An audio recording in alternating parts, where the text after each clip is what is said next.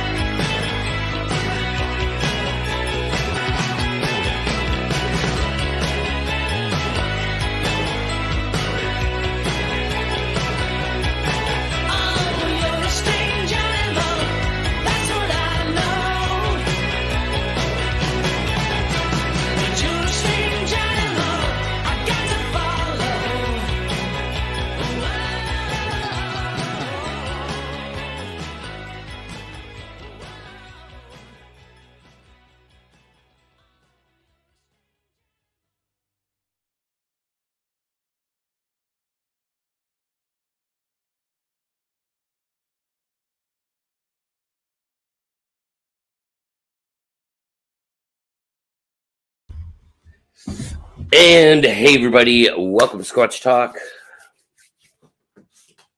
I'm Pat. How's everybody doing tonight? What is going on out there in Squatch land? Oh, you little squatchers and your squatchy stuff. What's up, Lockbeard? Sandra Piper. Hey there. Mary Wilson, what's going on? Nikki, floating the cool emojis tonight. What's up, Nikki? Hope you're well. And who else we got? Neon Moon, what's up? How you doing? And a few others, I think. Chuck Gonzalez. What's up, man? Glad you're here. Thanks for being here. Ernie Robberg. What's going on, bud? And thanks for the heads up, Squatch Bait. Appreciate that. How many? What standing ovation are we on? How many? 10, maybe 12. Saving the world. 12. Oh yeah, Putin's quaking in his boots. Patty Troy, what's going on? Glad you're here. And anybody else? I'm sure I missed somebody. I know we had earlier, we had 10. Anyway, Derek. Oh, Derek, what's up? Good evening to you, Derek. Glad you're here. What's going on? Just doing a chill stream tonight. See where it goes. But thanks everybody for being here. I hope you are all well. So a couple of things. This might take me a second to find. Yeah, so I a lot of you probably saw the video. The video I put out last night, about Leon, and don't really have any updates. I'm actually checking the GoFundMe here right now, which is like doing pretty good.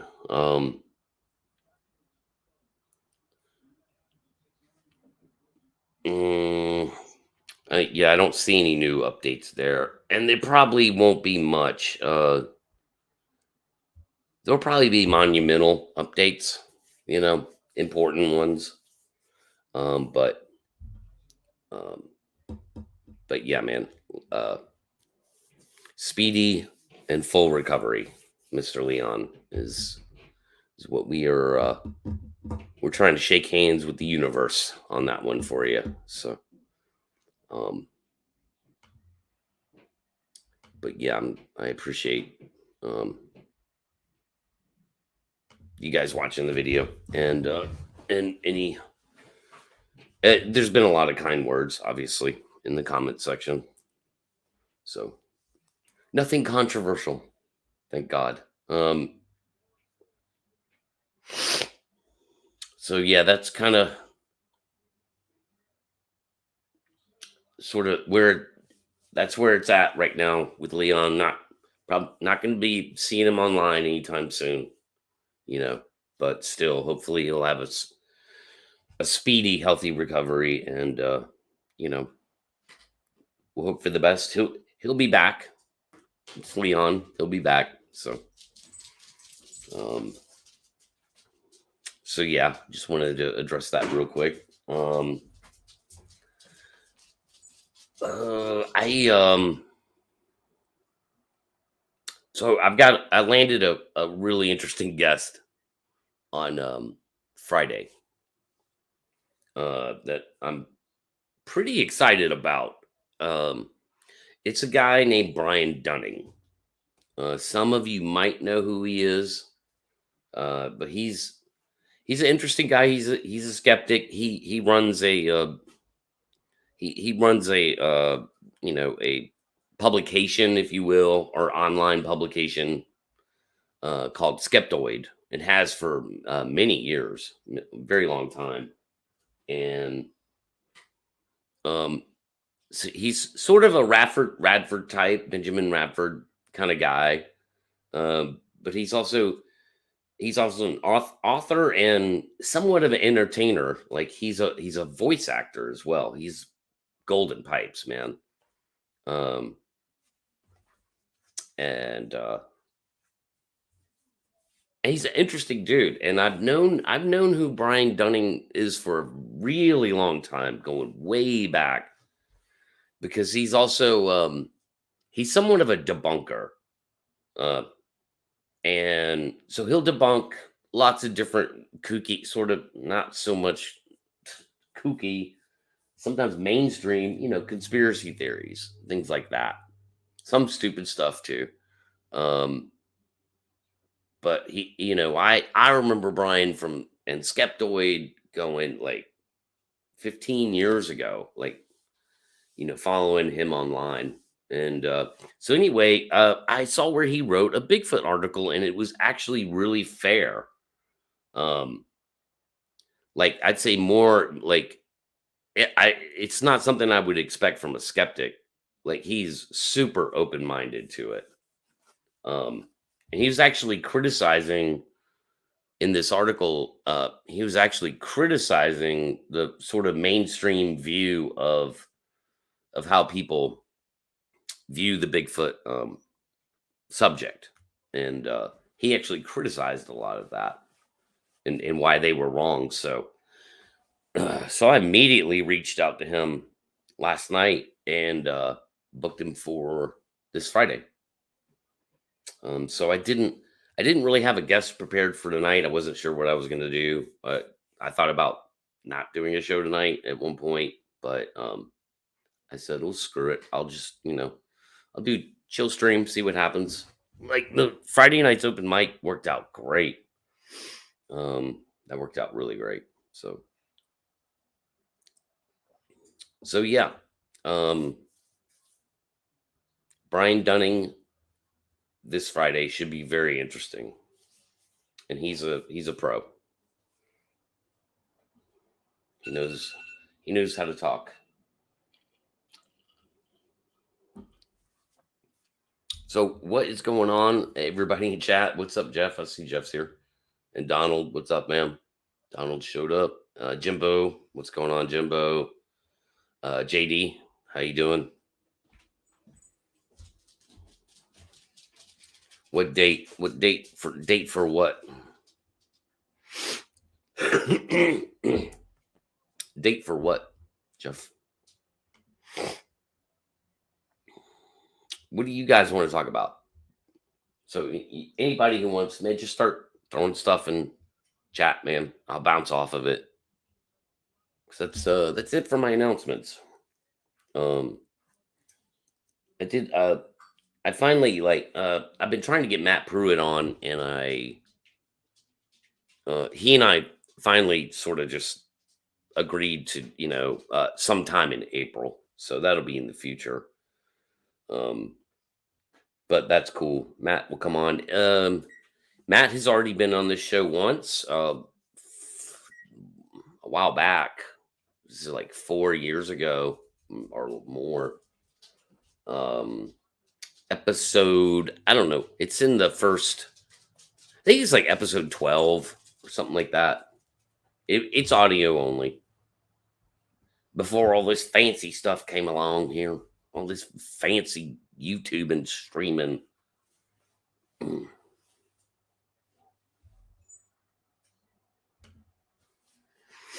Oh, really? Hmm. Okay, interesting. um, Interesting.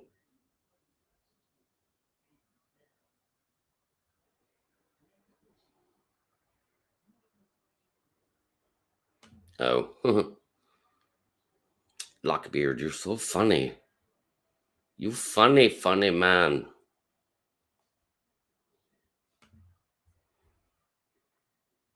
Hmm. So what's going on? What did I miss in the Bigfoot world?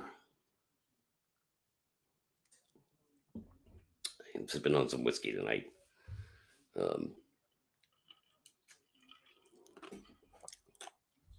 and yes, please, if you could, that'd be great.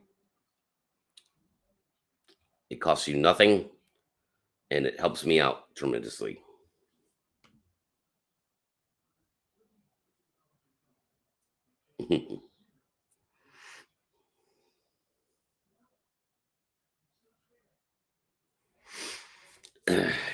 Yeah, and that dude's a interesting guy. I can't remember his last name, but he doesn't. He does not pronounce. He was. What was he? What was his character's name? God dang it, Gonzo. Gonzo on Breaking Bad. He doesn't. I don't. Jeff didn't told me he doesn't pronounce his real name Jesus. He pronounces it Jesus. Yeah. Oh yeah, it's good. Need me to get it? It's cool. It's a chill stream tonight. Nope. Yes, we might start talking about pendulous breast.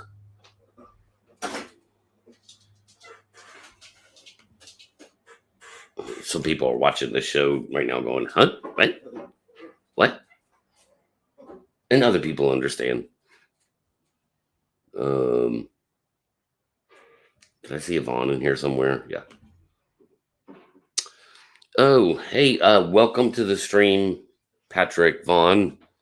You're that guy I saw on Alex's show last night, and I was like, who's this guy? I don't know. He sure sounds like he knows what he's talking about. So thanks for popping into my stream, Mr. Patrick Vaughn. Where are we at? Jesus paying. Jesus paying Jr. Yep. Gonzo, Breaking Bad.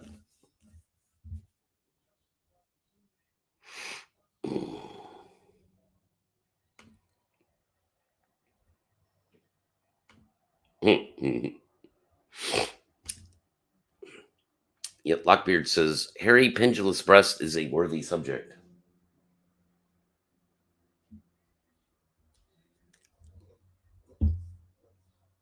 I'm not touching that one.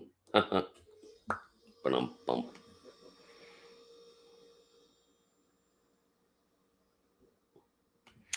Nice. Yeah, my my throat is still bothering me a little bit. What did you do? Uno momento. I have to check on something.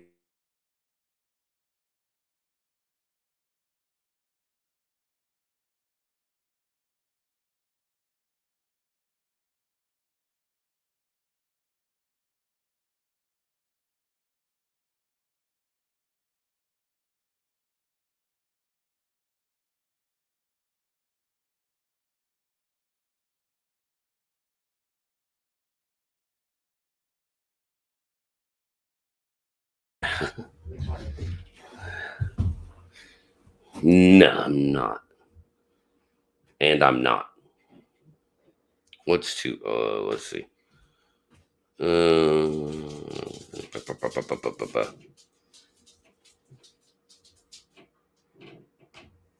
What's that, JD? What's two worthy subjects?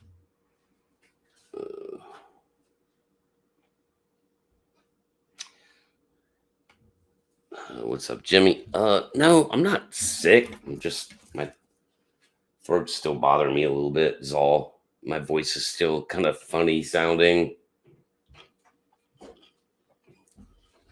When I go back and watch, even last night, like watching that video I made about Leon, I'm like, God, my voice is still off.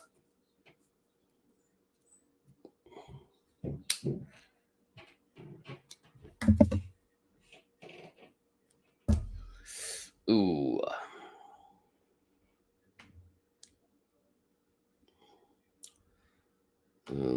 Donald says, I haven't studied that part of the film, Pat. I have to take a closer look at the pendulous breast. They're there.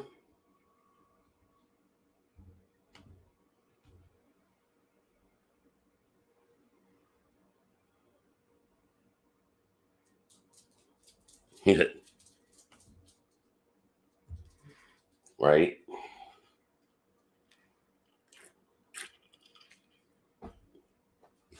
I hear you, Vaughn.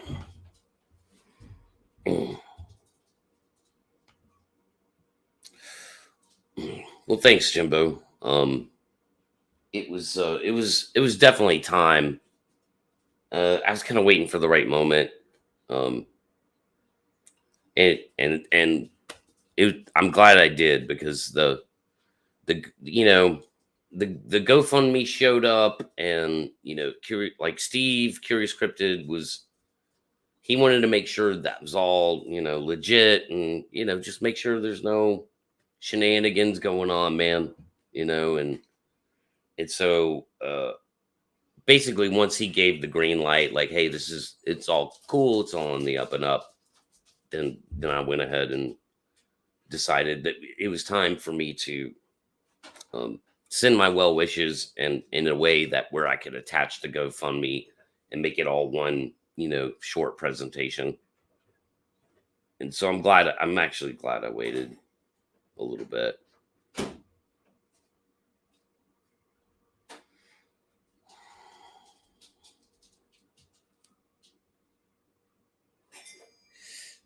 Yeah, Jay, you got technological problems. All this fancy technology. I hear you.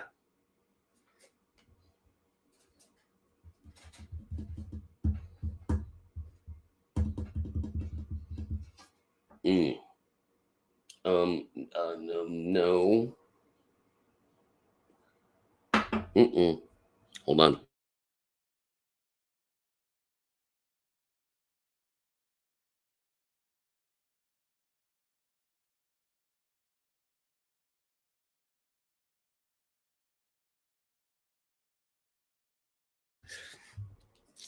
I'm sorry. 1 minute. I apologize.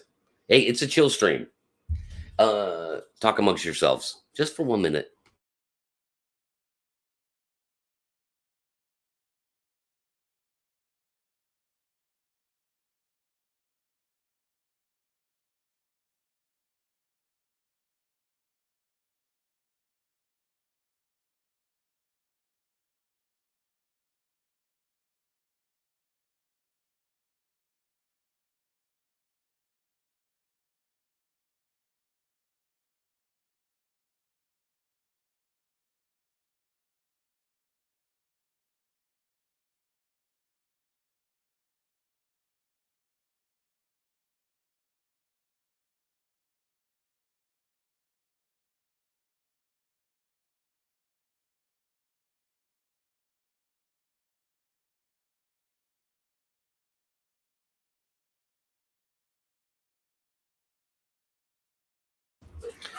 What's up, guys?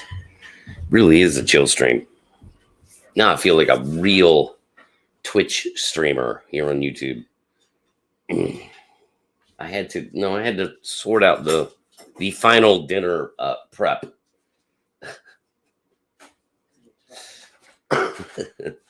Mm.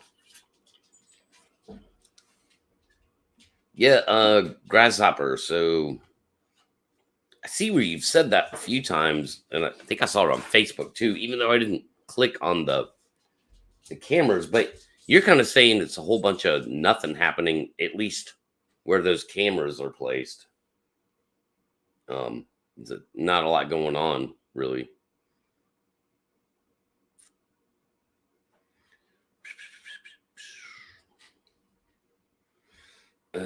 No, all kinds of speculation about you, Squatch Bait. There's all kinds of speculation in chat. Yeah.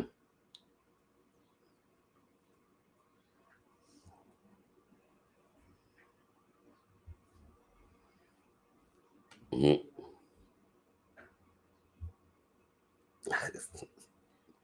And Vaughn is egging them on.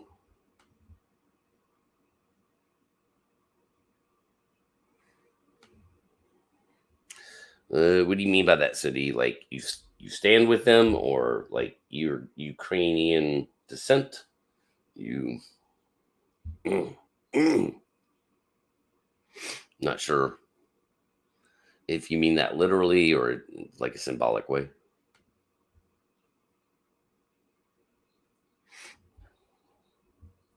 Right, it's kind of hard to tell them apart. So evidently, let's see, Russians. These guys, all these guys look like they're playing airsoft. I'm not kidding. Like it's not funny because they're not shooting airsoft rifles, but Russians are wearing red armbands, and Ukrainians are wearing, I think, yellow, like plastic, like pieces of plastic wrapped around their arms to tell each other apart.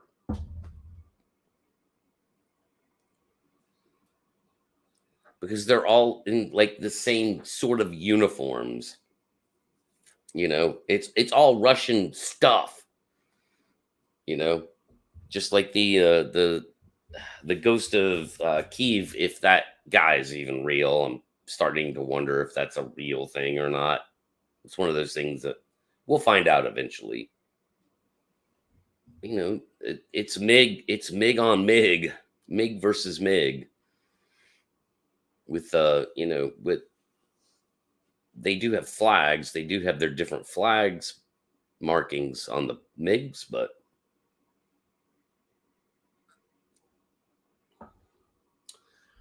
I know that 40-mile convoy is real, and whatever air power that Ukraine has left needs to sink it on that freaking convoy immediately.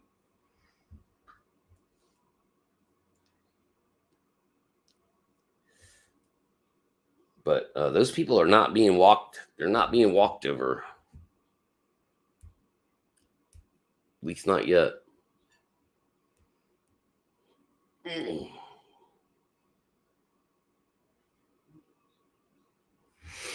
Mm. Oops. Uh, let's see what's Graz saying. Ukrainian vehicles have been painted with large Z on them to tell each other apart. Right, and they should be like if they're in large, if the vehicles are all together in a like miniature convoy, that they should be also flying flags.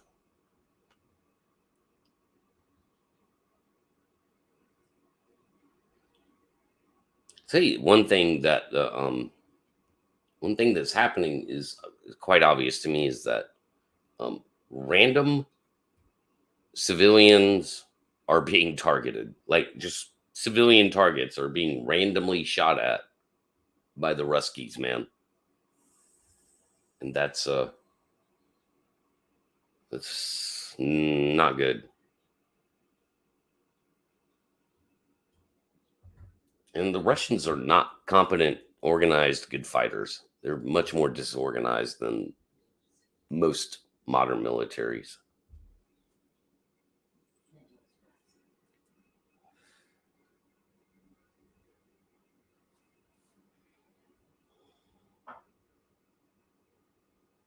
What's up, Michael Haywood? How you doing, man? Glad you're here.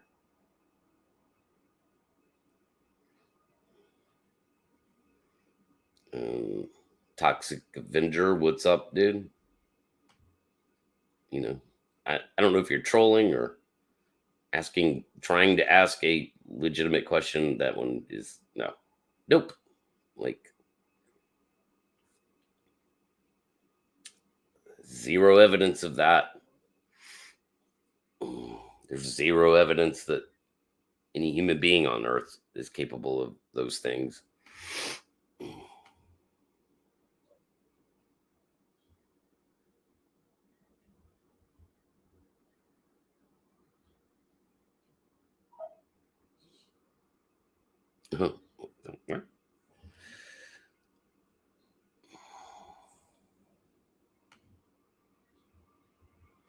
Yeah, I mean, I agree with that, Graz.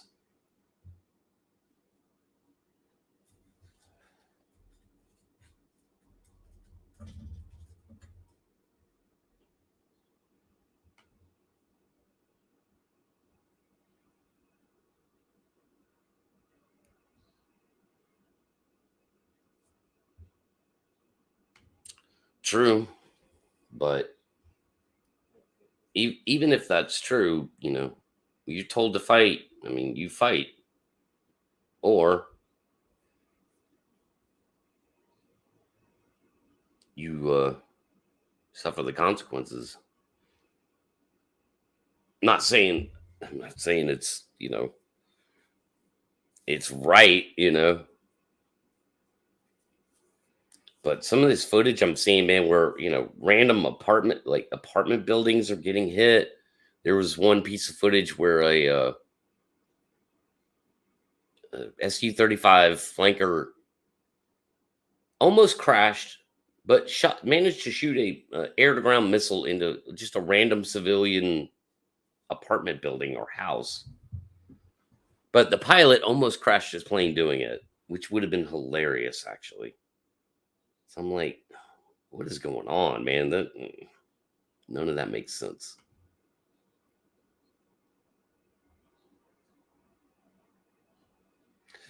Oh boy.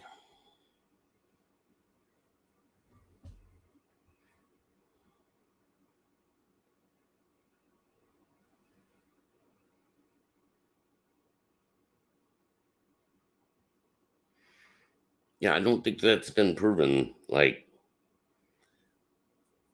I know there's there's chatter and talk that the CIA explored remote viewing, but like that doesn't mean it's a real thing, you know.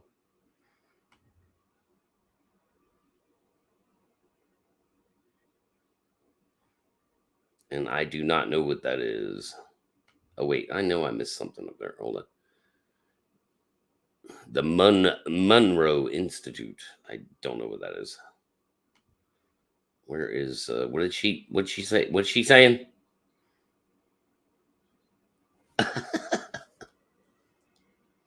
Oh, whoa, hey. I mean, TMI? And you're not in trouble for, you didn't get in trouble for any. They were saying I was in trouble. And I was telling Patrick that, which was I. Oh. Oh. Well, you weren't in trouble. I mean, I just had to, disrupt the very important live on air broadcast that I'm doing right now. You're lucky I titled it Chill Stream.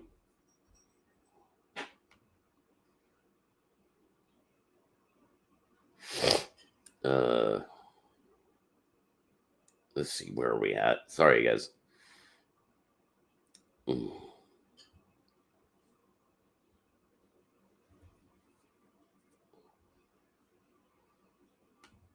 Well, they're not an effective fighting force. That's all I know.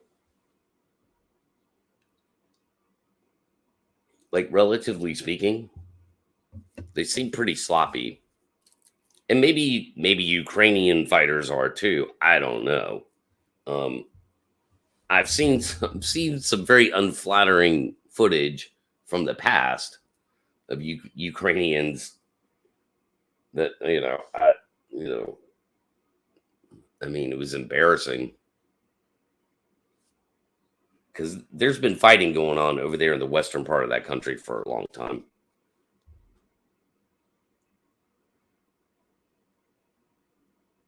But anyway, I mean, I don't know that I want to talk about that tonight. Maybe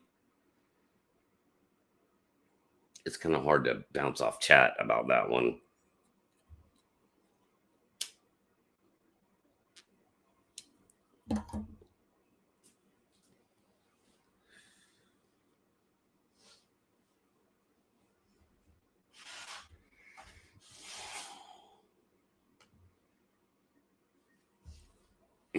Yeah, I think their supply chain's catching up though. They're hyper focused on Kiev, obviously. And that 40-mile convoy is that's a real deal. But I don't know how much of that is supplies versus combat effective troops. We'll see. We'll find out a lot in the next day or two.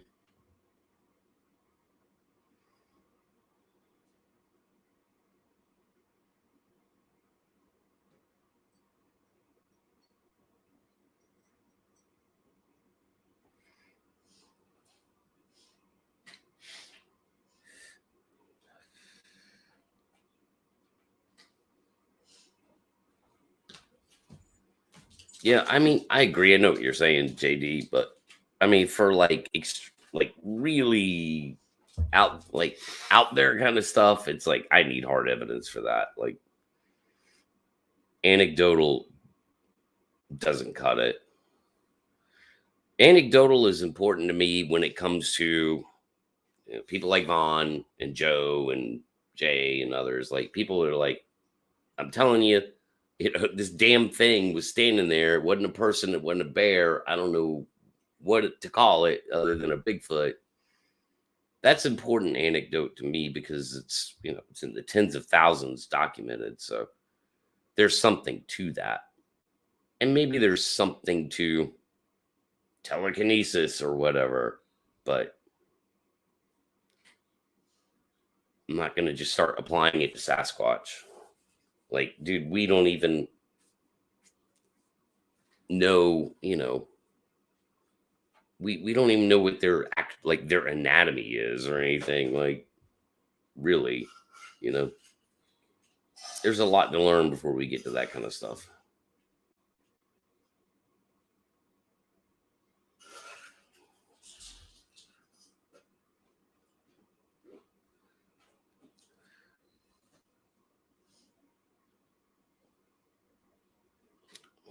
Okay. All right, Playboy. We did take Mexico.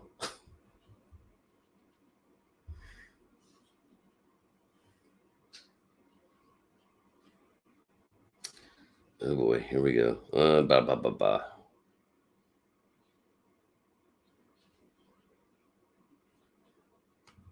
What's up, chessboard? Glad you're here. Not sure what a vacuum is. That what that says? Vacuum? Am I reading that wrong, chat? Vacuum? Bomb? Not sure what that is. I've never heard like that terminology for a weapon. Ooh.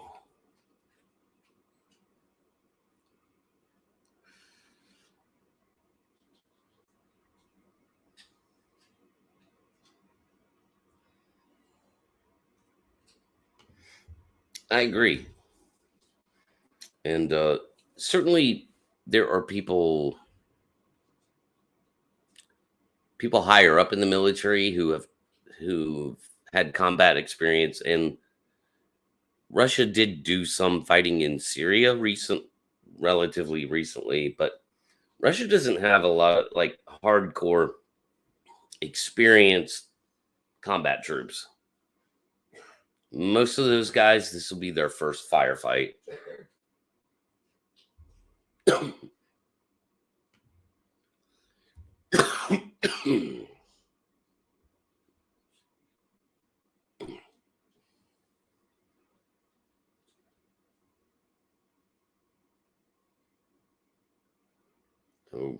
Oh, Lockbeard suspects that there's a Russian bot infiltrator.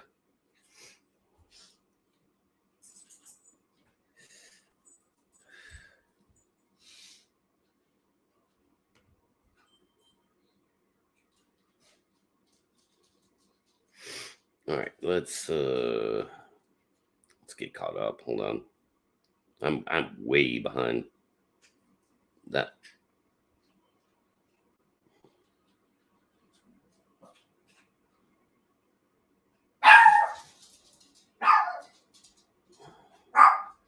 Yeah, I'm not familiar with that kind of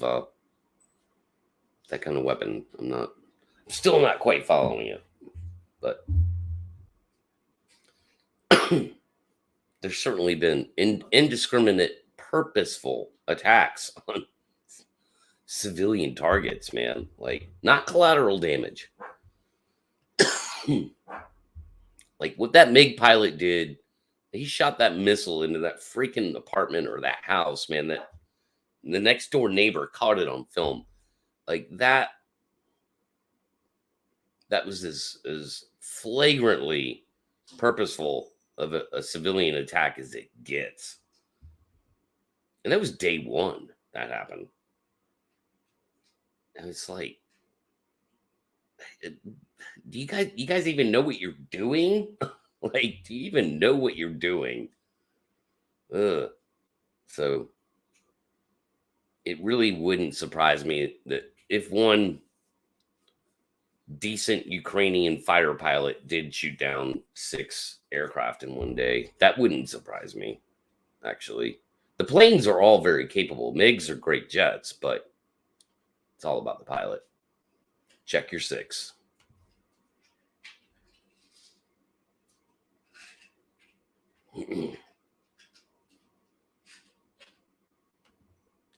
Yeah, I mean, that happened. Again, that's history. Oh,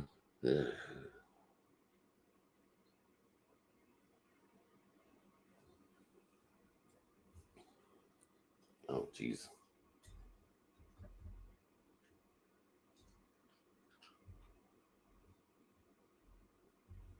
Oh my God! Now, dude, world. Now it's just turning into world politics.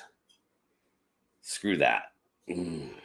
See, I can't get political about it. I don't want to talk ideologies.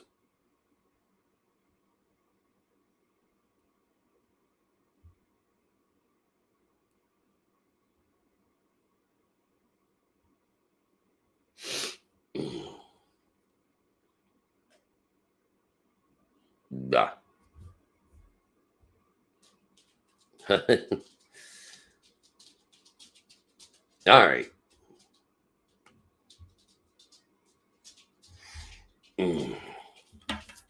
Yeah, I think you're right.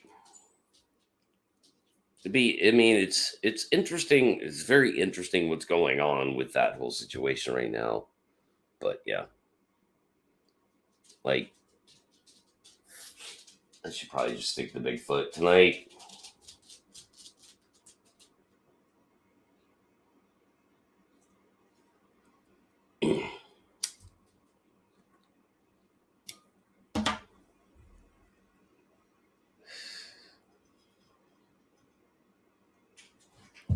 Right.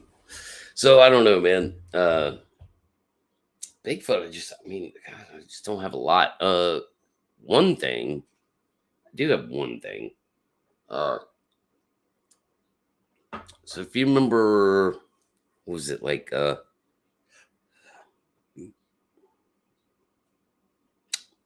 when did I have Amy on? Was it a week ago? Um, a week ago, I think I had Amy on.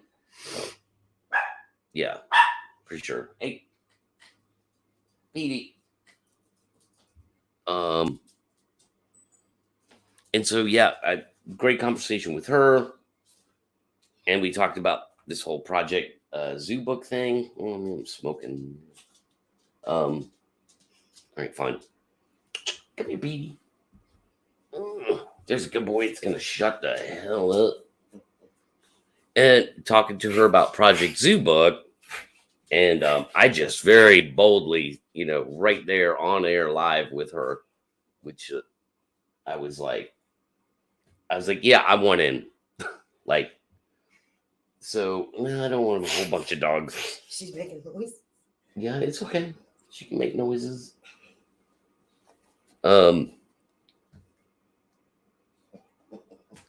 It's a good girl. It's Dog Man. Minnie's Dog Man. Anyway, train of thought. So If you haven't seen that show, or you don't remember or whatever, Project Zoobook is a meeting closed behind closed door, private meeting, virtual meeting between scientists or animal professionals like primatologists or even like zookeepers, like people that take care of large primates, um, and different professionals that are actually interested in the whole Bigfoot thing, yet they they're not sure where to go with that. Uh, they don't want to swim around in the Bigfoot community or anything like that, and don't want to be super public about it. Um, but anyway, I got my invite, so this Thursday I'll be able to attend one of these meetings and see what that's really all about. Because there was a part of me that was skeptical. I was like, is this really a thing? Not not that I was gonna say Amy or Amy's lying about it, but um it's such a wonderful idea that should be happening. And I mean, so I obviously, man, I'm super attracted to that and want to be a part of it. And so I got my invitation, and I will be joining that meeting and get to at least be a part of it at least in to be there and see what it's all about, you know. Um and I'll report back. I'll let you guys know, what that's all about. But it's cool. Like I'm pretty excited about that actually.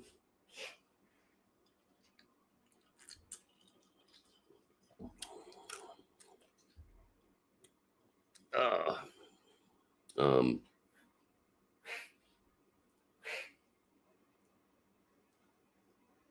oh yeah, I saw where somebody um asked me about exists, right? And so I don't want to mix that up. That was the name of the movie, right? It's like the horror movie almost, right? Right. So the Bigfoot horror movie where Bigfoot is like replaces Jason, basically, you know. So it's sort of that 80s formula for you know, people being out in the woods, young people being out in the woods, and Jason comes along and starts picking them off one by one, except it's not Jason, it's Bigfoot. I liked it. It was a good movie. It was entertaining. It was kind of interesting to have that Bigfoot spin on it. And then, you know, I mean, it's as unrealistic as it gets, but I liked it. And I loved the way that they did a slow reveal of the creature over the time of the movie. They would only reveal it a little bit more every time, you know, and until like at the end, the very end of the movie is when you get the money shot, which I'm sure they spent money on that costume. And I can't say that that face looks like a Bigfoot, but boy, they had a nice close up, and it didn't look like a person really. It looked like a monster. But you don't get to see the face up close until the very end of the movie. So I loved how they did that reveal, that slow reveal. So yeah, it was good. It was really good.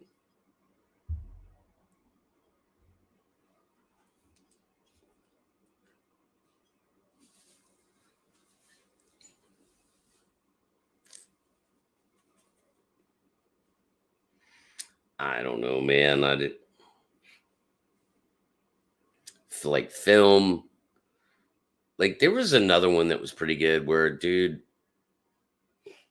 and his girl are out camping, and the Bigfoot just up and takes the chick, man.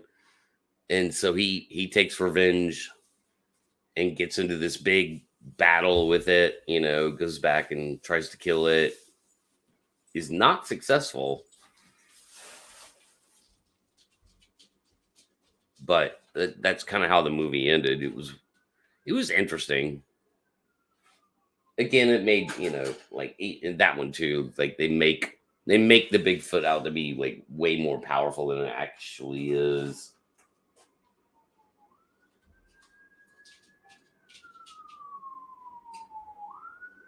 But I don't best Bigfoot film. I haven't seen a lot of them. They're all pretty cheesy. My standards are high.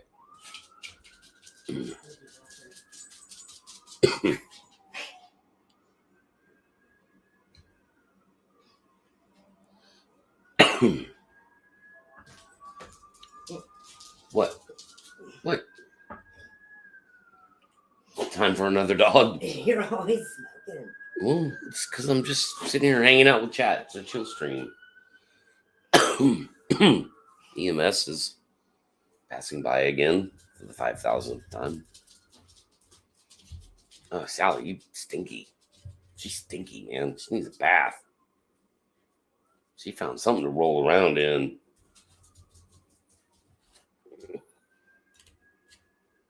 Hey, Bigfoot World, I'm Sally.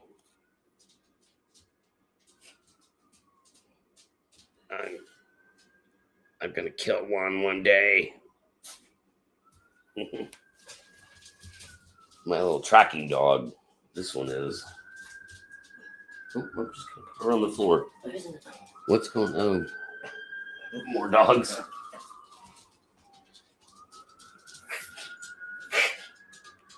Mama. Ooh. It's like I'm not even paying attention to my show. Ugh. Hey, Pete. You're a good boy. What are you focused on over there? Go get it. Go get me a squirrel.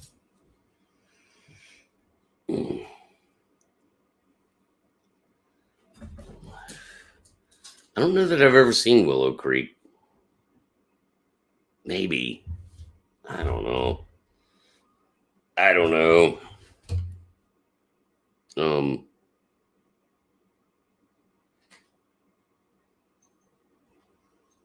Yeah, he does. He looks a little radish. Or, well, I don't know which one you're talking about, Lockbeard. The Chihuahua or the Terrier mutt.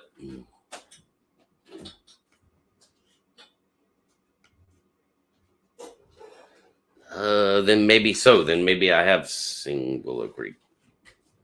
If that's the one where the guy loses his girl and he goes back and has this big fight with Bigfoot. Like, it was a good movie.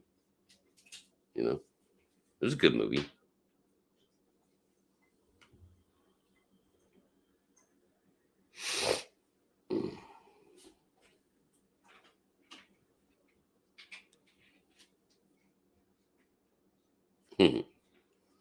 Thanks. Yeah, the dogs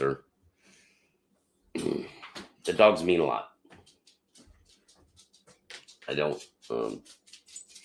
have kids, so I got dogs.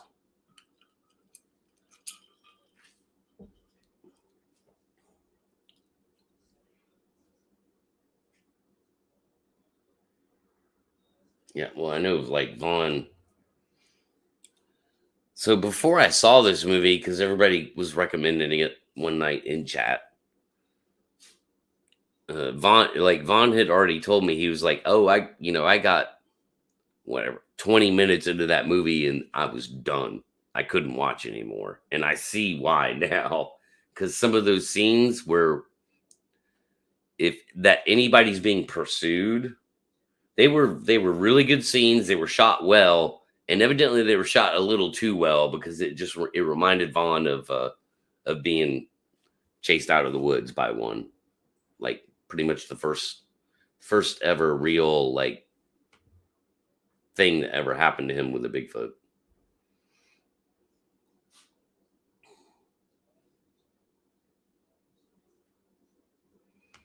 Oh yeah, that's I know what you're talking about, Kaiju, the guy that killed Hitler and Bigfoot. Very strange. I fell asleep. I fired that up one night and fell asleep. So I wasted $5 for nothing.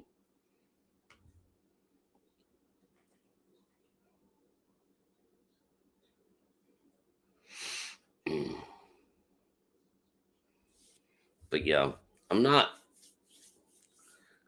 I don't know. Like Bigfoot movies they're cool. Like I said, we watched Exist, and I mean, it held my attention. It was it was a good movie.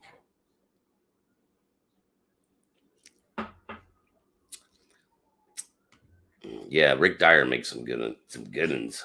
Let me tell you. Mm, I mean, but I prefer the documentaries. So at one point, man, I binged every Bigfoot documentary I could find on Amazon. Some were better than others, but you know, uh, Kim and I probably watched 30 different Bigfoot documentaries. And I honestly, I don't even know if they're still on Amazon. Amazon has changed some things, so I hear. But there's some good ones. They probably do still have like a lot of the good ones. God, man, what is going on tonight?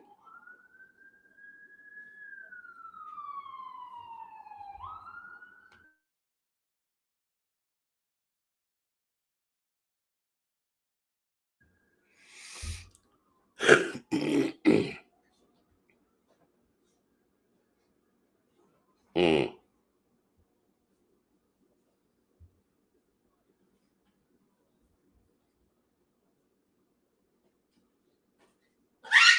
Ah, what happened? Hey, no, get off her. Stop it, Pete. Yeah, it's EMS. Something something happened. Yeah, well, it's a choke point.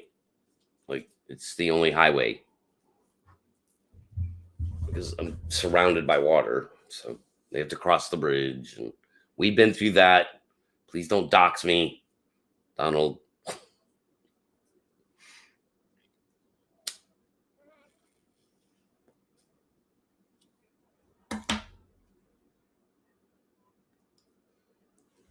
Mm. Well, I mean, I'd have to say the best Bigfoot movie of all time, hands down, is what I mean. It's got to be Legend of Boggy Creek. You know, like, and it's sort of a docudrama in a way, right? It's but it's pretty fascinating. So, I mean, that one has to be like the best one of all time.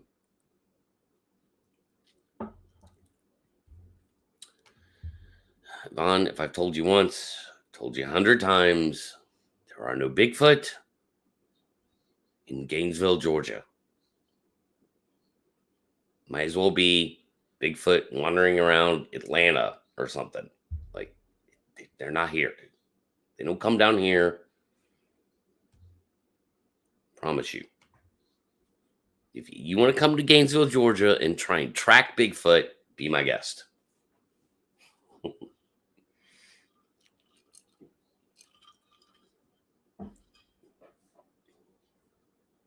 Mm.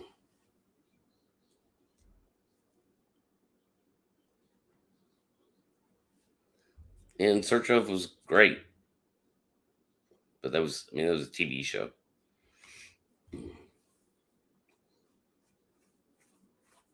Mm.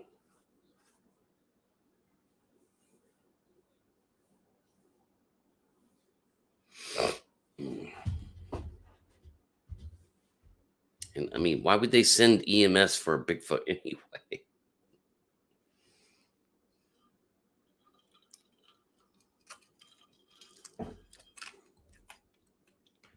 No, not even close.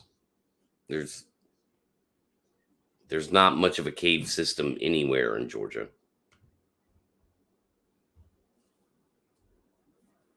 but certainly not Gainesville.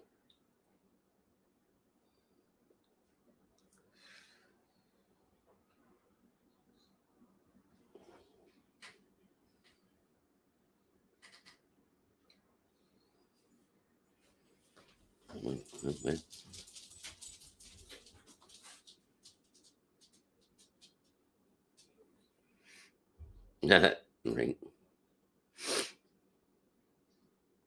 Sure. Oh God, phone's not gonna let it go.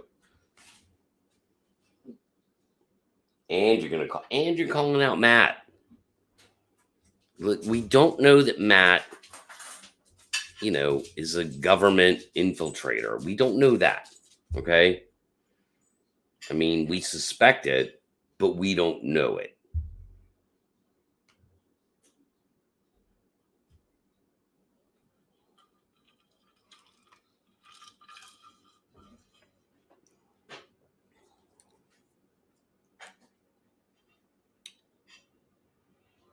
I mean, you're popular in chat. Hey, do you want to do the podcast? You want to close out the podcast for me? I'm eating pizza. So I can eat some pizza and count the standing ovations. The dogs are gonna get it all. Are the standing ovations over?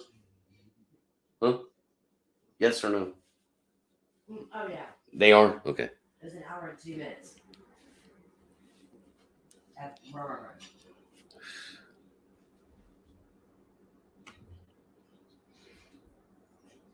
Right.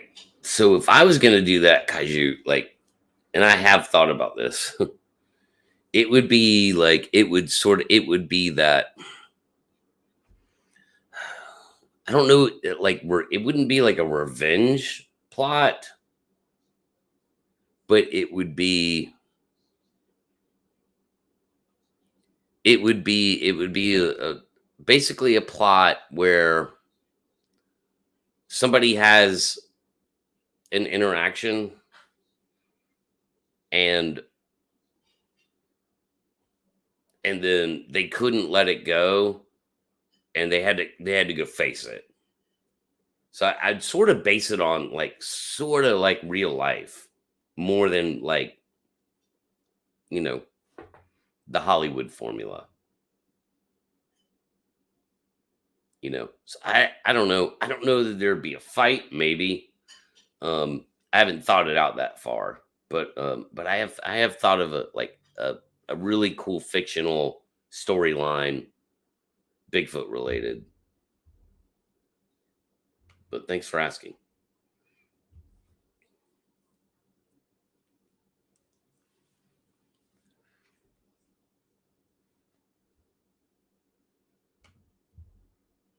There there there, there, there are no cave systems in my area.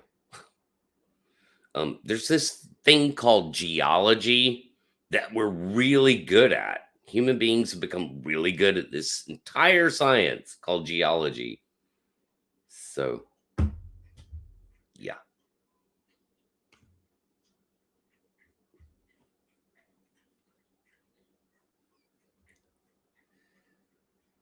Mm. I'm not a screenplay writer, so I'd have to get some people involved. But since I since I do have a budding production company, then maybe that could happen. We'll see.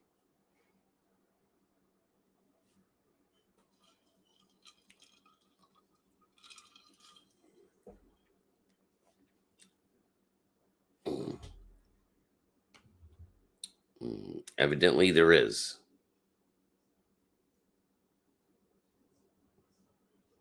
Oh, great! The politics is back.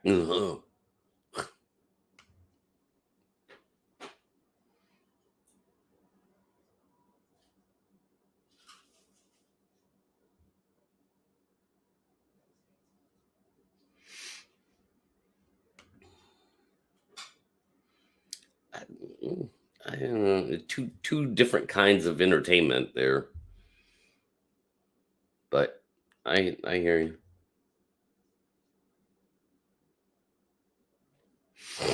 Mm.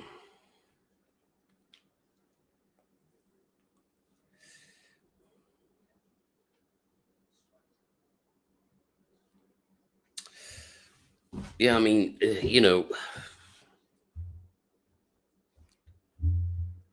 so like with the Bigfoot movie, you have to make it a people story that Bigfoot is in.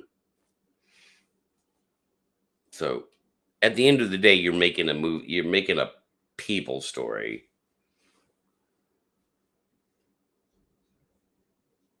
but and I mean, the hell, the documentaries are the documentaries have that too.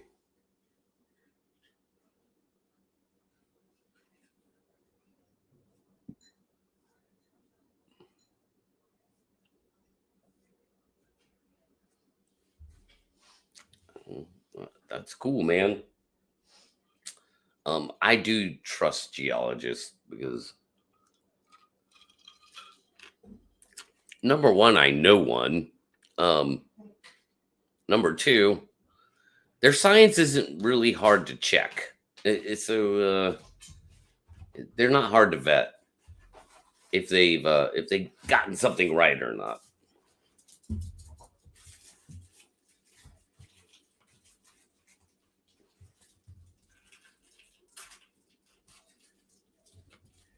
Dude, I don't have that kind of cred with Greg, and Greg's a very busy guy. Um, uh, Dude, I mean, if I had shot, one shot to pitch anything to Greg Nicotero, it would be the challenge to for him in his studio. God, what is it, like KBL or whatever? Him and his partner, him and his business partner, special effects partner, and their studio to recreate the Patterson Gimlin film the best that they can, and the whole thing be documented. Like that would be, yeah, that would be my pitch to Greg, man.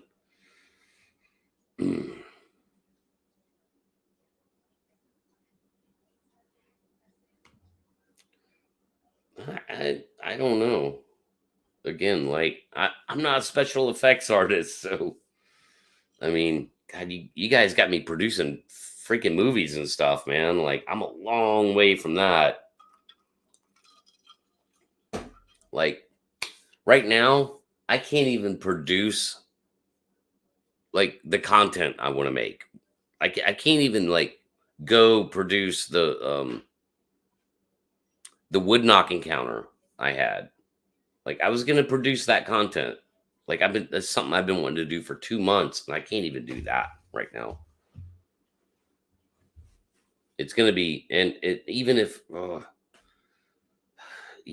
even if I could go film it and do all that stuff, I there's other hurdles I have to cross with that if I want to tell like make that story true, like get all put it out there 100%. So right now I can't produce crap, unfortunately.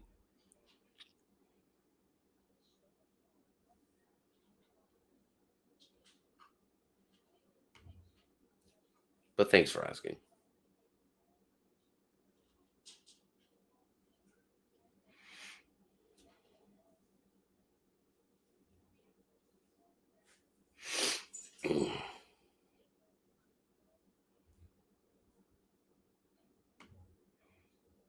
Well, that's all right, Vaughn. We'll put you in a Velociraptor costume, like a good one,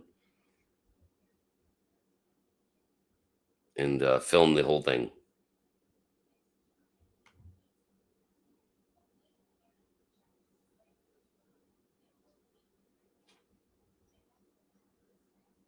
Mm, I doubt that.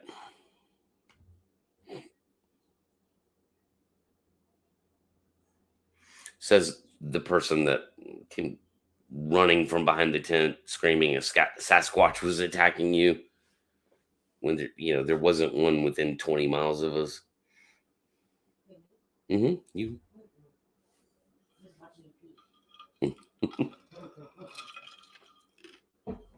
It wasn't there.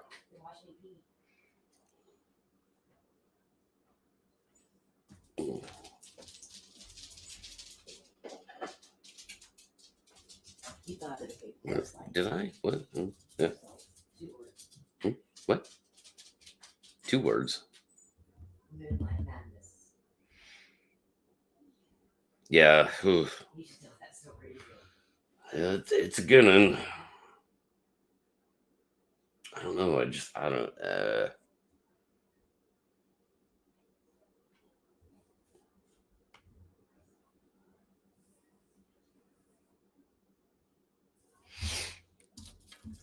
I don't know. What else you guys got?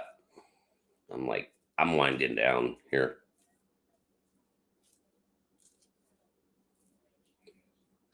That's why I said it was a chill stream, because it just is.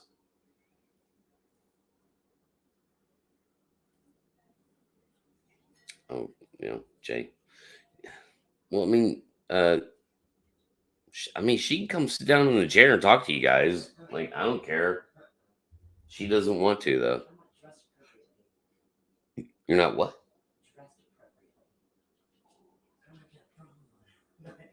Well, it's okay. It's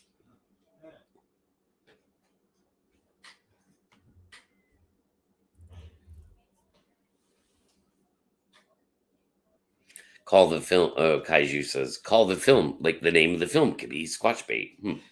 Hmm. Why does that intrigue me?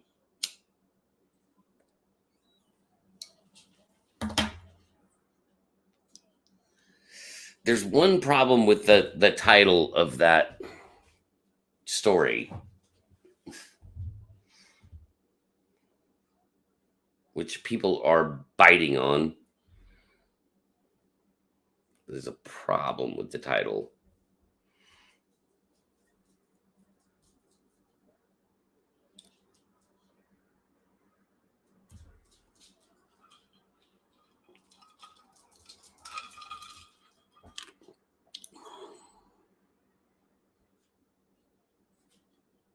Mm.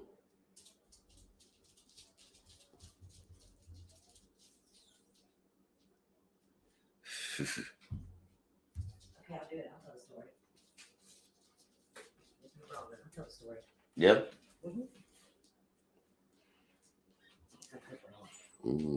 Ask and you shall receive.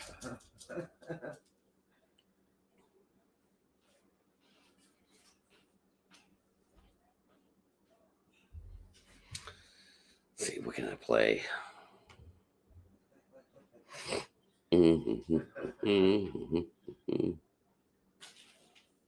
Nothing really.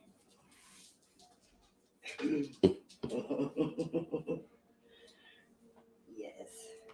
Okay. Well, you guys get your wish, which is fine with me. It's a chill stream.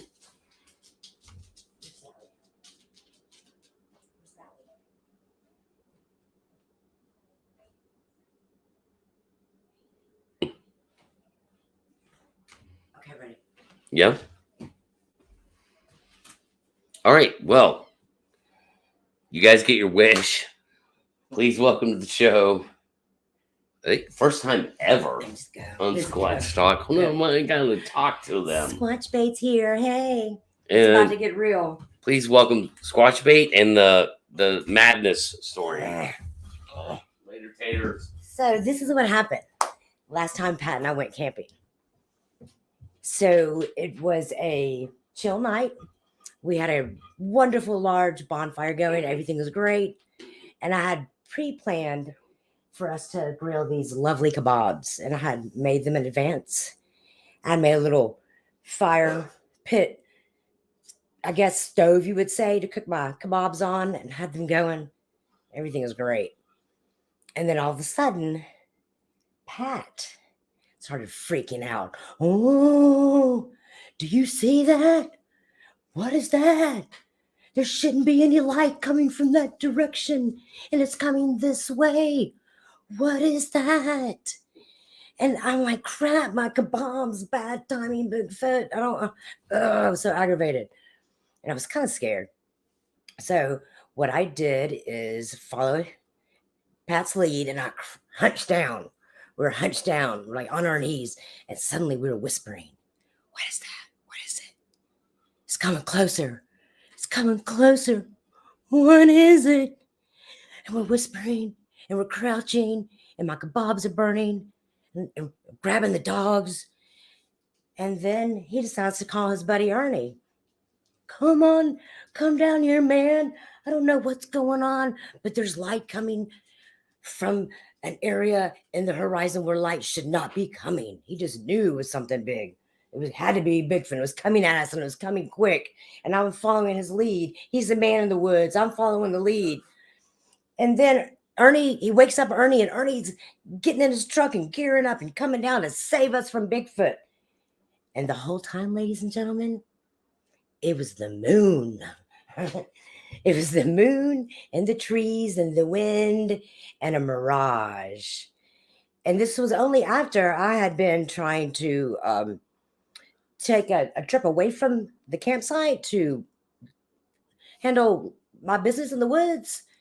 And I swear, this was more scary than what I went through with Pat in the moon incident, the moonlight incident. That's what we'll call it. Is I was comfortable doing what I needed to do in the woods. It was just, quick in and out, no big deal. But I heard a rustling in the woods behind me. And ever since I've been a part of this Bigfoot community, not even relieving yourself in the woods is something that I can just do lightly now. I feel like I need to go with a machete now. It's crazy. Anyway, thanks for letting me share.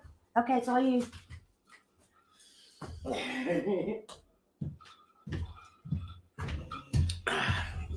Kind of told the story right. That was what happened. It was the Reader's Digest version. Yes, without all the pendulous breast talk and the fur analyzation and all of that. That was a straight to it story. It was a little more complicated than that. It looked like a bunch of Christmas lights, and I was disoriented. I was off on my direction a little bit. I was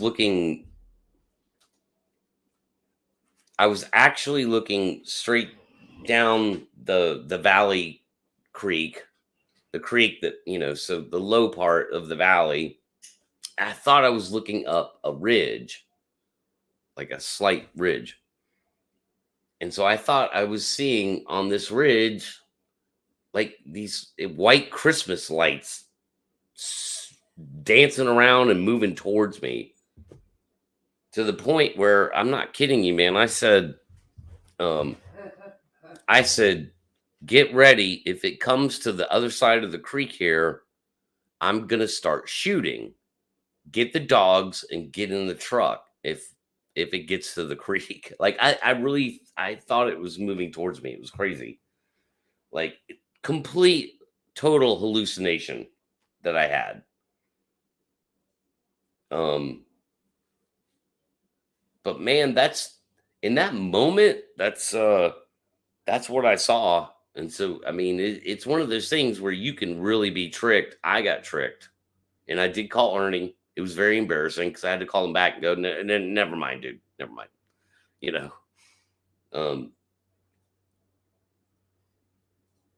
But it that's the way it went down. And I've told that story on air before. I don't know that I've ever told it here, but Um, I was actually, uh, you know, whenever I told it on air, like I was happy to do so because I was like, it's a great example of how you can really be fooled into thinking that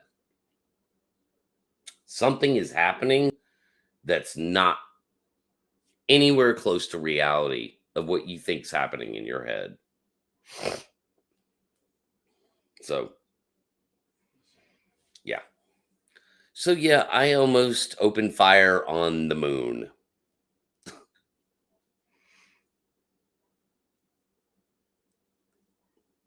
And I wasn't thinking, "Hey, that's some weird Russian bot.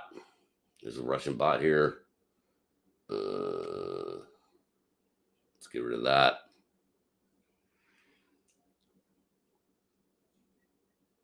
I wasn't thinking Bigfoot. I was just like, I was on the phone with Ernie, man. I was like, he's like, "What's happening?" I was like, the thing, the lights. People talk about the lights, the lights are coming at me.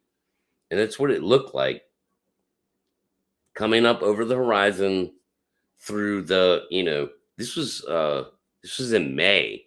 So the leaves were back out on the trees, and it just, as it's coming up, it's constantly changing through the 200 yards of foliage I'm looking through. Constant movement is what it looked like. That's why it looked like white Christmas lights. So, um,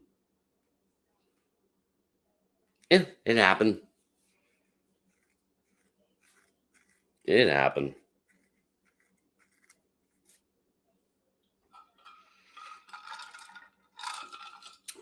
But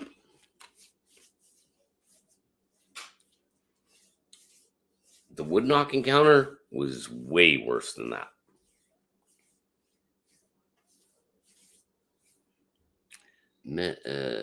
Meditated? Well, okay. Have I ever been meditated? Meditated?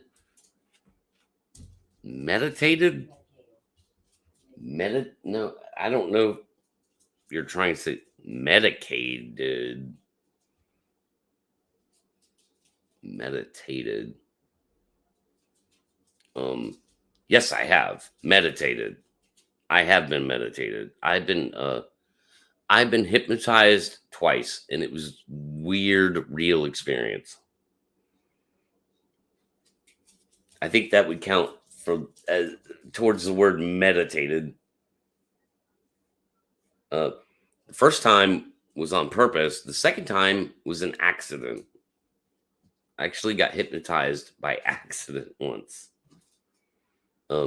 In other words, I wasn't there to be hypnotized. It happened to me.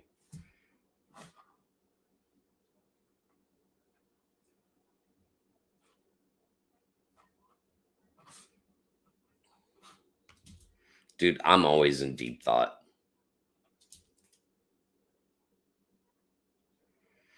It's almost a curse.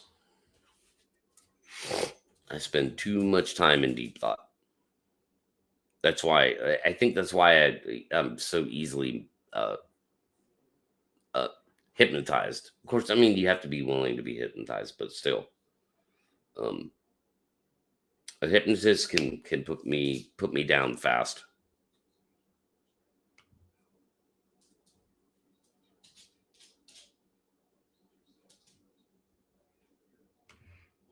I disagree with that. I disagree with that. Um, it's a it's a deep it's there.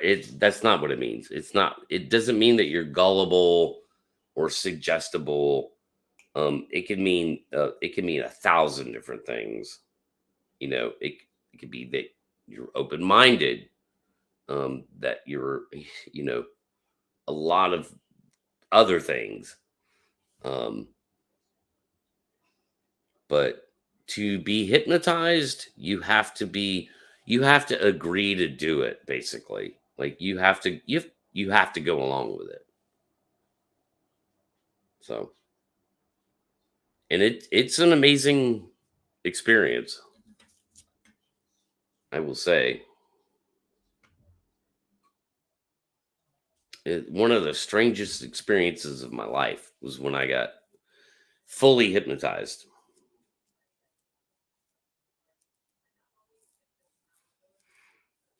She wasn't there. Curious.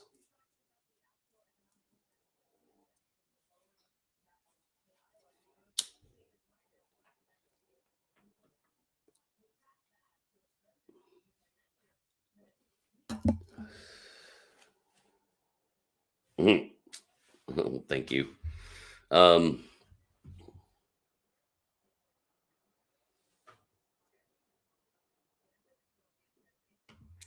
yeah, I don't know anything about that. Again, that goes back to the sort of remote viewing direction. Um,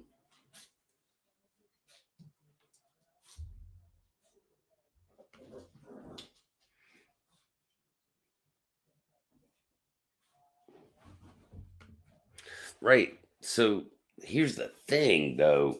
The lock is that the second time it happened to me, I didn't want to be hypnotized. I wasn't there to be hypnotized. I was just observing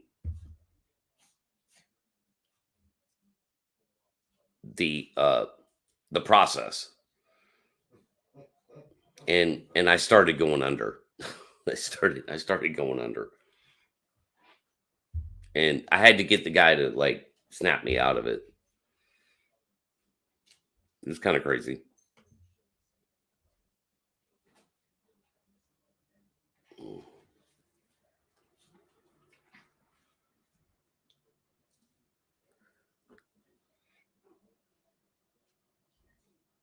Hmm.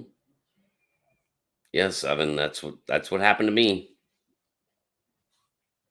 When I did the full hypnotized thing, man. It was on a stage.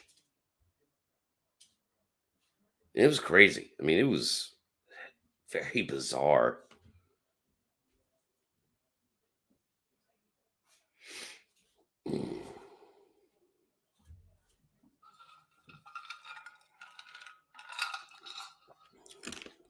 It's fun. It's very fun,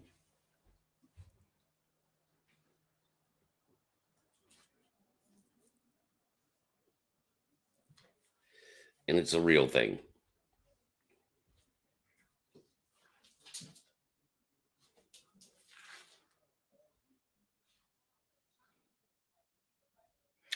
But yeah, man, like the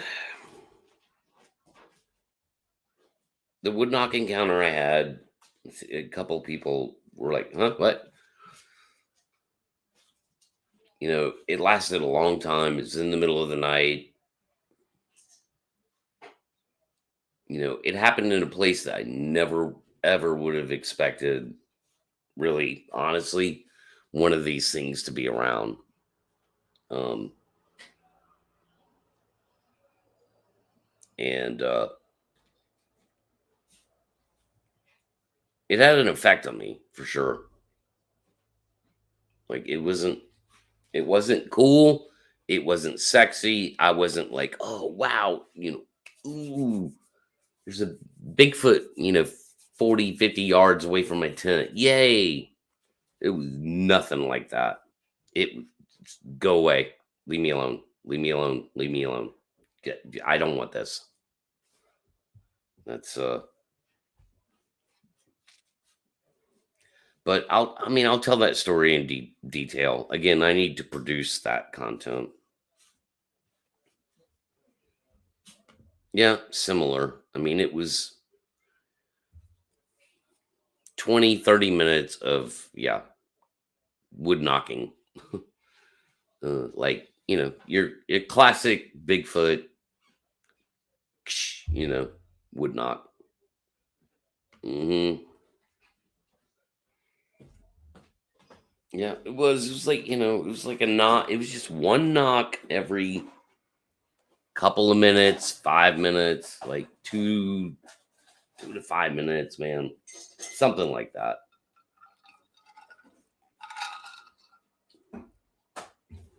And I didn't like it at all.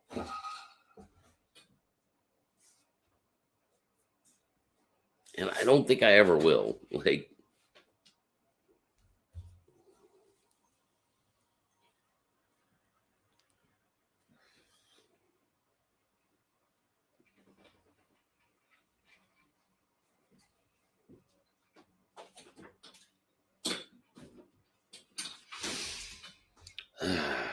but yeah,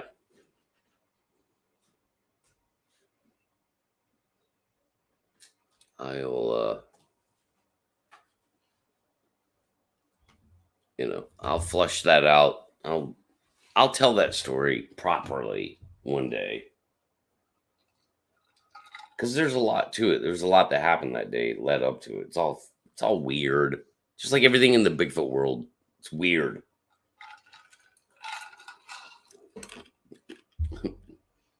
It's weird and it doesn't make sense.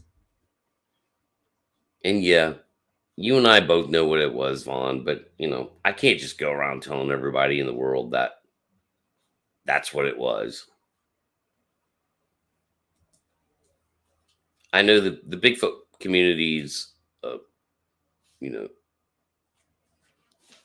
like open to it, but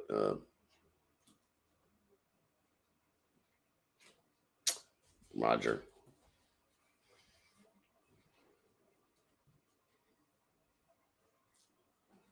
well, it's empty. What second part? Yeah,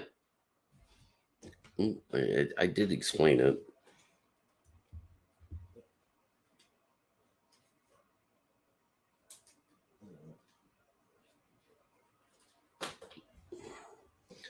And see, no, I'm not gonna do that.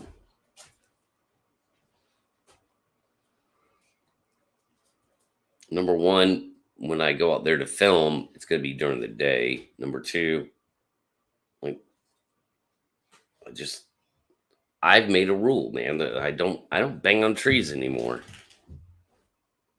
I don't do that.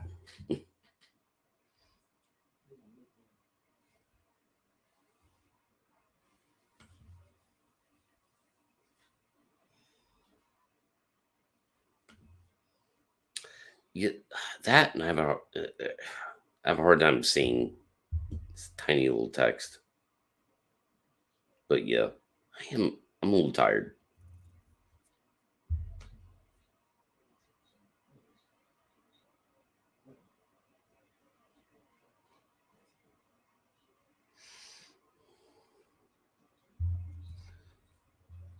Mm,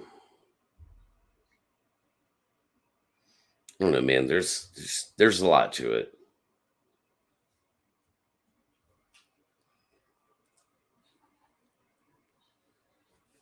Like this tangled web I'm in right now. It's there's a lot to it, guys.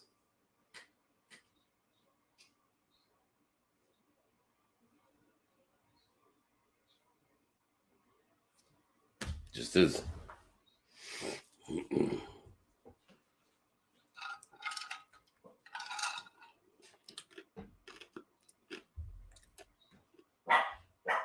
PD.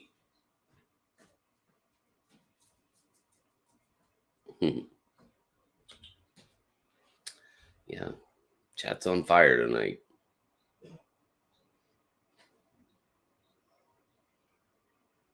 But I'm glad you're having fun. It's a good night. Good night. Come on here and have some fun. Talk a little shit. Whatever. It's all good.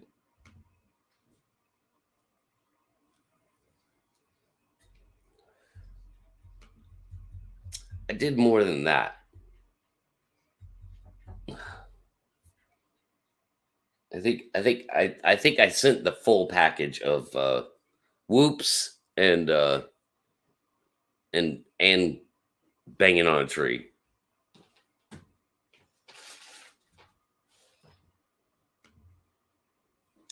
Again, there's an entire story there. I just need to I need to tell it and tell it properly.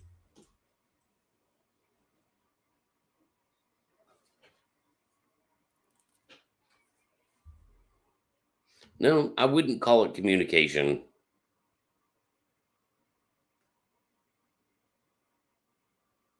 I don't know. I don't know what it was. I don't know why. I don't know why that thing was out there that close to my campsite making that noise, however it was making it. I don't call it communication because it's a language I don't understand. I don't understand the wood knock language.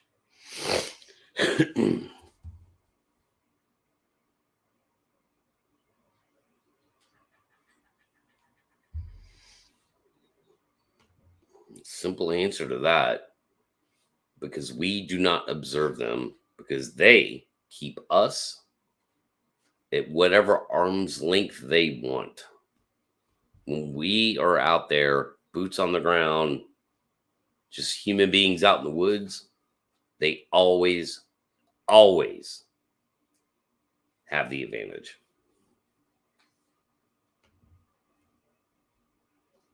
And that's not going to change without some hardcore professional style boots on the ground stuff with intent. And that's not happening right now. There's very few people that go out in the woods trying to interact with Bigfoot. You guys don't understand. It's maybe a couple of hundred people. Maybe.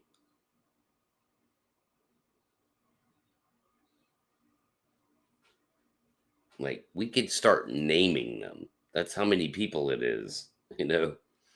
Like, and they're not, for the most part, they're not professionals, even though some of them might have professional skill sets. But Bigfoot researchers are not gonna they're not gonna observe Bigfoot. They'd be lucky to have a 7-second visual sighting. And really, most of them, that's all they're looking for anyway.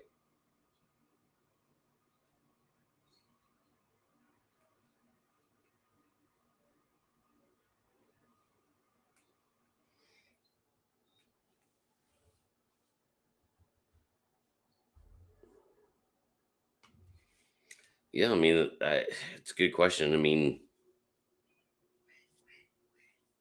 I just don't. Yeah, boots on the ground, real observation. It's just not. It's not conducive with them. Even if you're a badass.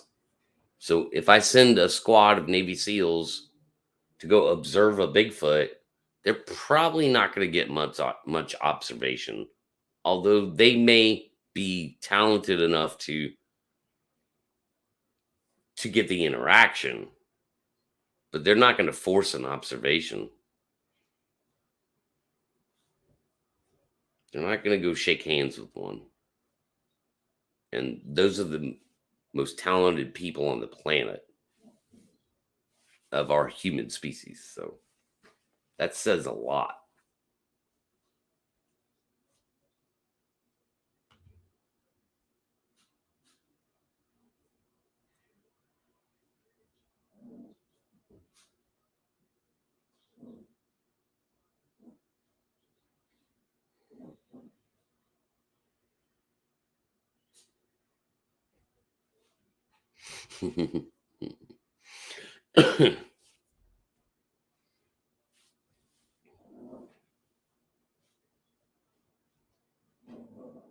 Yeah. And as Jay Fritz has said more than once, I don't ever want to see one again. I don't ever want one within 100 yards of me banging on a tree ever again. But it'll probably happen again. To be honest with you, I'll probably have to deal with that again someday, one way or another.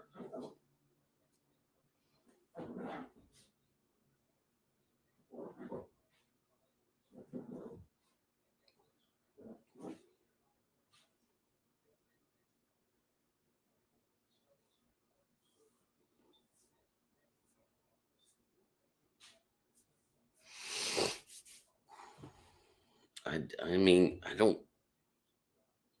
It's never my goal to. Well, I say never. It's not really my goal to draw them into my immediate area.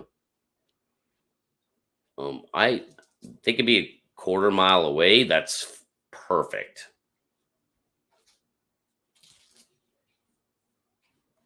They're a quarter mile away. That's perfect. They're not too close to me where they're gonna throw me up against a tree, but they're relatively close enough for me to where I can go after them. I can be proactive. I can flip the script on them and get the advantage I need.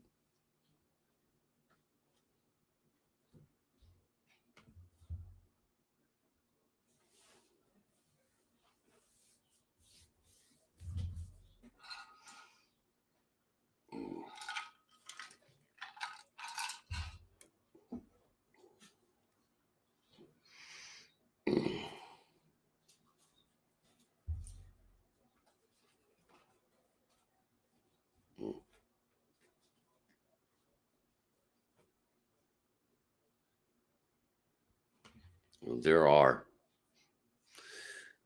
there are power positions that can be had.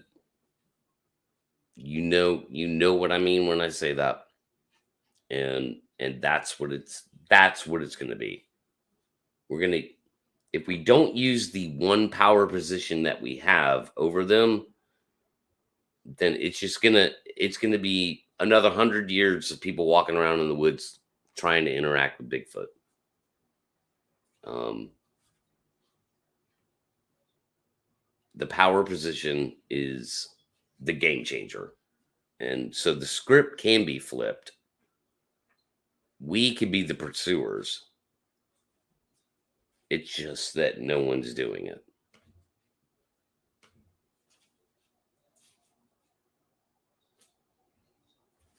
Oh, this is part of the southeastern United States, around my area. It's aeronautical chart. The circles you see are airspace indicators. So most of that's airports, right? And so it represents sort of the the um the airspace that's near airports and how that works. So it's an aeronautical chart. It's for navigating the airspace. It's rather big. Let's see. Let's see. Uh, um, like Huntsville, Alabama's right here, and Charlotte, North Carolina is over here on the right at the edge of the map, and it has a backside to it where Atlanta, and then south of Atlanta.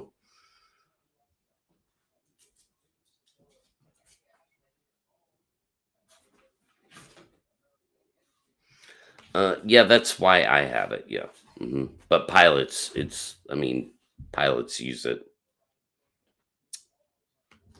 and it is sectional. Yes.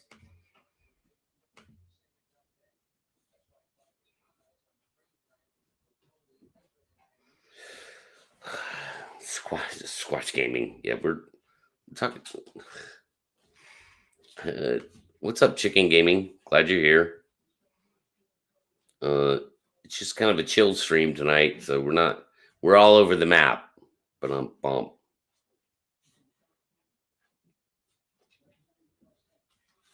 Um, but mostly on this channel we talk about Bigfoot.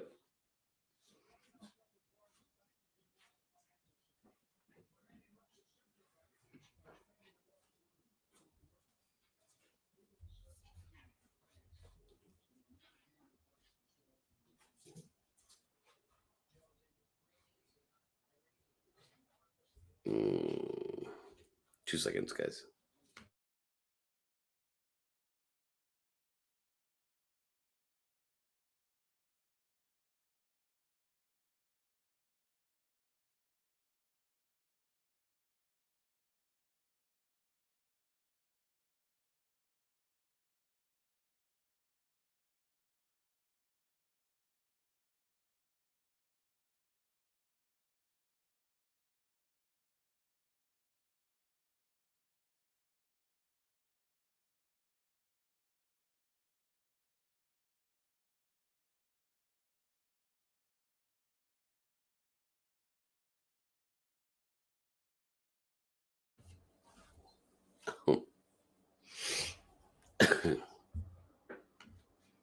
Cool.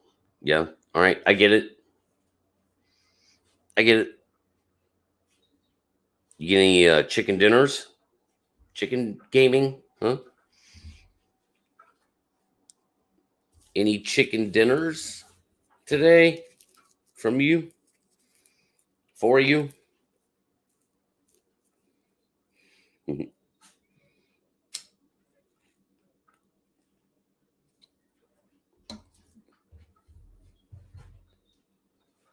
mhm.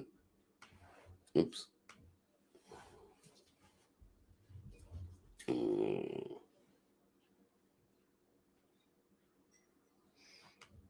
ah, no chicken dinners. Is it because you don't play that game or just didn't happen for you today? Because that is my favorite game. My favorite game is PUBG.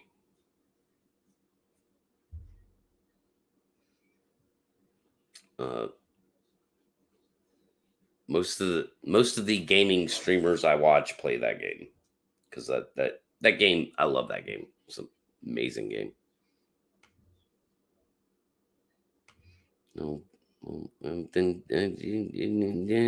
you don't know what I'm talking about. You're not a gamer.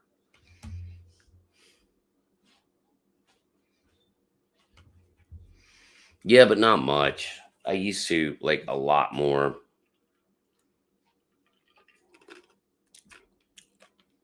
Like I've always played Call of Duty and and PUBG. But man, I haven't played PUBG in a year. Jeez, maybe I don't know. I can't remember the last time I played PUBG. But I do like the game. But I also play like other like games. Like I like playing poker. I like playing chess. Um, like stuff like that.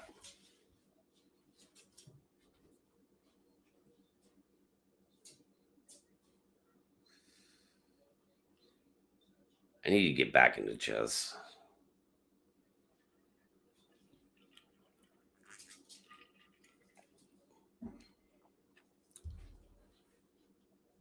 Well, yeah, I love aerial games. Even though I mean, there's not a lot of them now. But yeah, like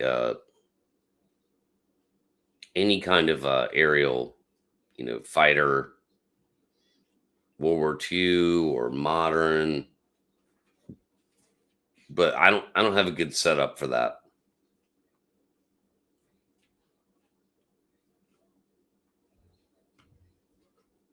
Dominoes, cool.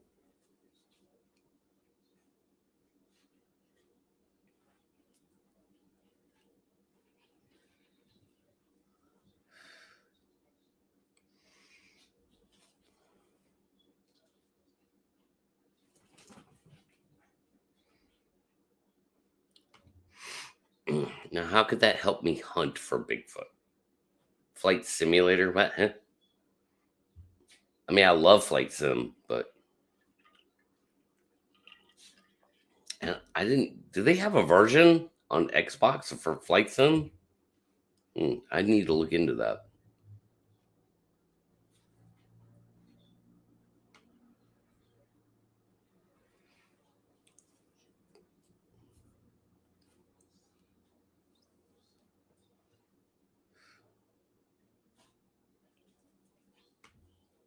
You know, also Google Earth, same thing.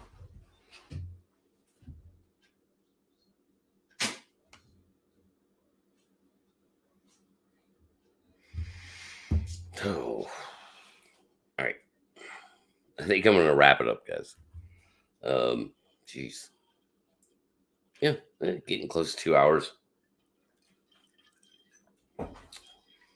So, Friday's show should be interesting with Brian Dunning. Like, he's really cool. Um, or it's gonna be cool for me. And then, well, not sure how I'll do this. I don't know. So I have the thing Thursday with the Project Zoo book meeting. Also going to be cool. I don't know. I might feel compelled to like report on that immediately. You know, we'll see. Hold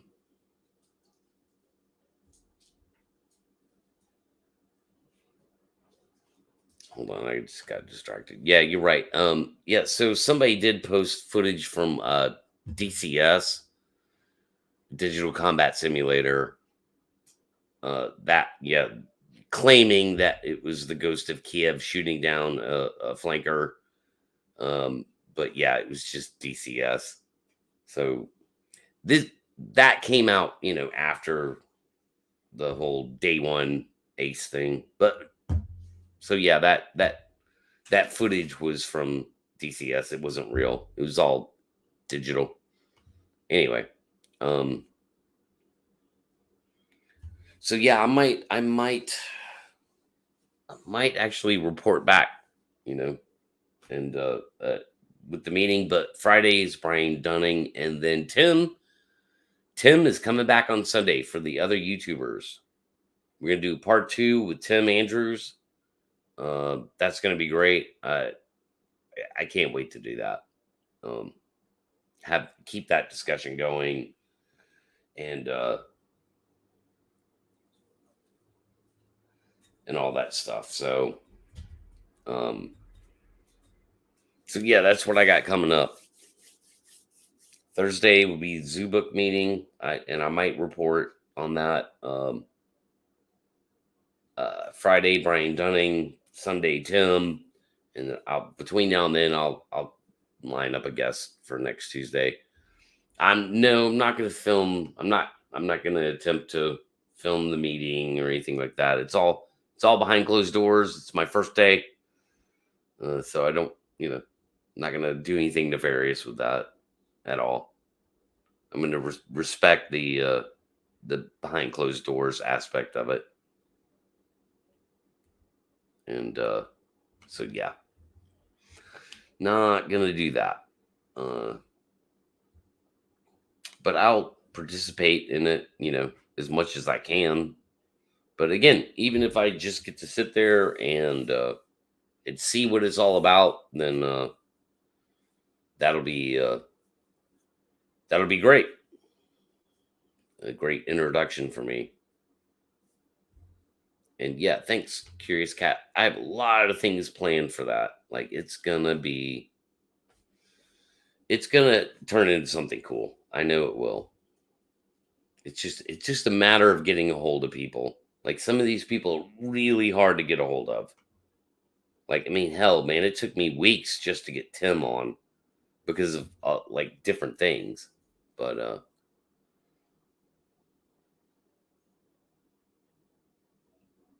first day, yeah, and I'm nervous. I'm so nervous. Uh, we will be, dude. That crap ain't coming over here, bud. Don't you worry about it. Don't you worry about it, Graz. All right, that stuff is not coming here. Like, that's not gonna happen. Promise you. Okay. So with that, I'm gonna wrap it up. Thanks everybody for watching. It's a little slow show tonight, but kind of interesting. It was different, but I will. I'll be back on Friday night, man. We'll have a guest. It'll be high energy. It'll be a good conversation with Brian. Brian Dunning's an interesting dude. Like, Google him. You know, he's an interesting guy, man. And yeah, thanks everybody for watching. I'm just gonna go ahead and wrap it up, and we will see you Friday. Later.